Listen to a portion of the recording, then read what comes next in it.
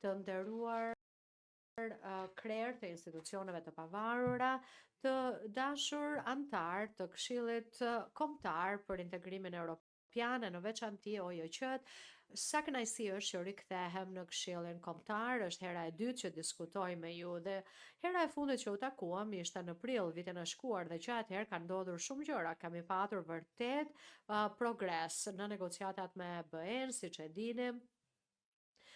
Janë hapur negociatat për grup kapitullin numër 1 themelore dhe grup kapitullin numër 6 për marrëdhëniet me jashtë. Dhe tashmë Shqipëria po punon për të arritur standardet krahasimore të përkohshme për grup kapitullin numër 1 dhe duke marrë parasysh pra ecurinë që duhet bërë, kjo është një fushë vërtet përcaktuese në lidhje me ritmin e negociatave.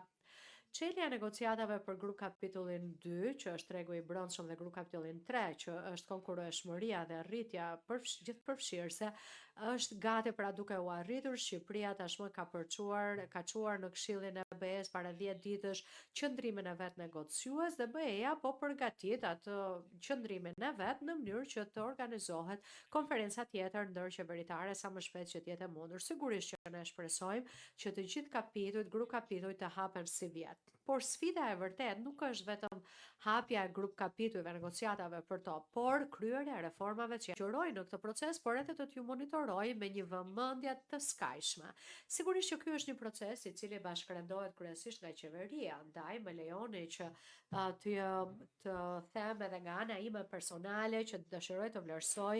udhëheqjen dhe bashkërendimin efektiv të krye negociatore zonjës Majlinda Dhuka me kërshëri. Majlinda, pres prezantimin tuaj në pjesën tjetër të këtij takimi në mënyrë që të kemi një panoramë shumë të qartë të situatës në Shqipëri, se sa Shqipëria pra do të përmbush angazhimet e veta në lidhje me negociatat për antarësim në BE. Dëshiroj gjithashtu që të përgëzoj dhe të inkurajoj të gjithë ekipin tuaj negociues, sepse këtu përfshihen të gjithë zyrtarët nga ministritë e linjës, agjencitë, institucionet e pavarura, të gjithë punojnë çdo ditë, në fakt ditë e natë, për të gjërmyrë që Shqipëria të avancojë drejt antarësimit të vet në BE. Megjithatë, ne e dimë që vetëm qeveria nuk mund t'ia ndalë mban në këtë detyrë pa mbështetjen e kuvendit. Kuvendi që luan një rol kyç dhe të veçantë dhe të posaçëm në këtë aspekt. Kuvendi luan një rol shumë të rëndësishëm për të mbikëqyrur mënyrën se si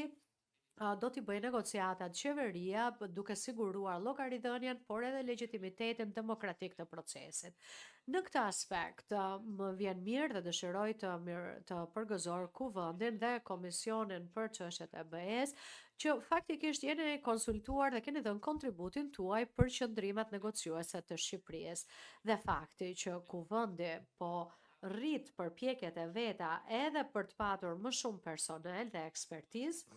kjo është fiks gjëja e duhur, një gjë të cilën ne e mirëpresim.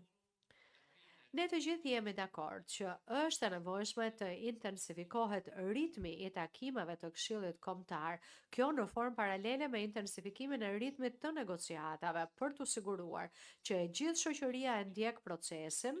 që jep kontributin e vet dhe të thellojë edhe më tej mënyrën dhe të kuptuarin e pasojave që sjell procesi i antarësimit në BE. Funksioni i legjislativit, pra i kuvendit, është natyrisht që të miratojë të gjithë reformat e duhura legjislative që kanë bëjnë me BE-n dhe që shumica prej tyre kërkojnë mazhorancë të cilësuar për të siguruar pra që legjislacioni i BE-s të jetë në harmoni të plotë me atë legjislacionin e Shqipërisë me atë të BE-s. Dhe siç e the edhe ti, Jorita, tani është koha. Nuk ka më kohë për zvarritje dhe delegacioni i Bashkimit Evropian është i gatshëm vazhdojë të mbështesë kuvendin për të arritur këtë gjë. Parlamenti është angazhuar gjithashtu që të përmirësojë edhe funksionimin e vet të brendshëm. Në fakt, për shkak të udhërrëfyesit për funksionimin e institucioneve demokratike, kuvendi është angazhuar që do të rrisë transparencën dhe llogaridhënien e punës parlamentare, do të rrisë integritetin dhe do të rrisë dhe përmirësojë aksesueshmërinë e qytetarëve dhe OJQ-ve dhe këtu do të mbështetemi tek udhëheqja e kryetares së kuvendit. Në fund, po jo më pak nga rëndësia, kuvendi luan një rol më të përgjithshëm për të promovuar debatin në të gjithë vendin, por edhe konsensusin në Shqipëri për agjendën e integrimit në BE. Sigurisht kryesisht me anën e Këshillit Kombëtar për Integrimin Evropian, por këtu janë të përfshirë përfaqësuesit e institucioneve, shoqërisë civile, biznesit, medias, akademisë. Dhe ashtu siç ka thënë komisioneri Akos, shumë shpesh dhe do ta thot këtë edhe gjatë vizitës së saj në fund të kësaj jave, ky është një proces që i përket të gjithë shoqërisë. Dhe ndërkohë që përshpejtohet procesi i antarësimit, është akoma edhe më e rëndësishme që qeveria të ketë të gjithë mekanizmat efektiv për të komunikuar siç duhet dhe për të konsultuar me të gjithë interesat pra të shoqërisë civile, biznesit dhe aktorëve të tjerë në shoqëri. Këtu nuk bëhet fjalë thjesht vetëm për transparencë apo llogaridhënie, por edhe për të patur dhe për të arritur ekspertizë të zgjerimit, kanë treguar se qeveritë kanë nevojë për ekspertizën e aktorëve jo shtetëror për të kuptuar ndikimin që sjell antarësimi në BE në sektor të ndryshëm.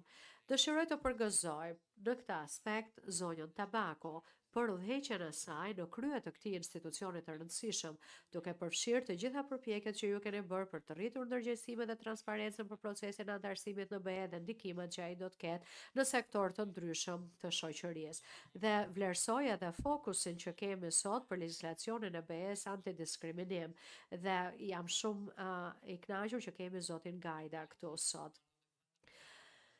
Në fakt, barazia është një nga ato themelet e Bashkimit Evropian dhe gjendet në fakt në traktatet, por edhe në kartën tonë të drejtave themelore dhe që i jep Bashkimit Evropian dhe mandatin dhe përgjegjësinë për të luftuar diskriminimin.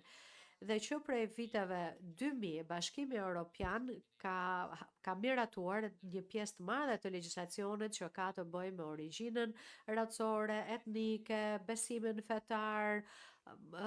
orientimin seksual, pra ato quhen direktivat e barazisë. Në formë paralele kemi patur dhe legjislacionin për institucionet e duhura, që u ka dhënë shteteve anëtare diskrecion goxha të gjerë dhe që ka sjellë dhe dallime në Bashkimin Evropian në lidhje me përgjegjësitë, pavarësinë, burimet, aksesueshmërinë, por dhe efikasitetin e këtyre organeve. Për këtë arsye, Bashkimi Evropian tashmë është pajisur me 2 direktiva të reja, të cilat do të rrisin në formë të konsiderueshme efikasitetin dhe do të garantojnë edhe pavarësinë dhe përgjegjësinë e këtyre institucioneve, prandaj unë fakt e di që zoti Gajda do të prezantojë këto direktiva sepse është e rëndësishme që legjislacioni i Shqipërisë të jetë në përputhshmëri të plotë të këtyre 2 direktivave. Në përgjithësi, dëshiroj të theksoj edhe rëndësinë që ka roli dhe puna e zyrës së komisionerit për mbrojtjen nga diskriminimi, për të ndihmuar viktimat e diskriminimit dhe për të promovuar barazinë që për krijimin të vet në vitin 2010, që prej vitit 2018 komisioneri Gajda ka bërë çdo përpjekje të mundur për të luftuar diskriminimin dhe për të mbrojtur të drejtat e të gjithë qytetarëve më të cënueshëm në Shqipëri dhe ju përgëzoj për këtë punë. Kam besim që kuvendi i ri do të marrë hapat e duhura dhe më në fund do të emëroj komisionerin e ri, sepse mandati i komisionerit të tanishëm ka kaluar kohë më parë. Kjo është rëndësia pra e ruajtjes së autoritetit të këtyre institucioneve. Bashkimi Evropian do të mbetet krajush në mbështetjen tuaj, të komisionerit, të Këshillit, të gjithë juve. Faleminderit për vëmendjen. Very much, Ambassador, also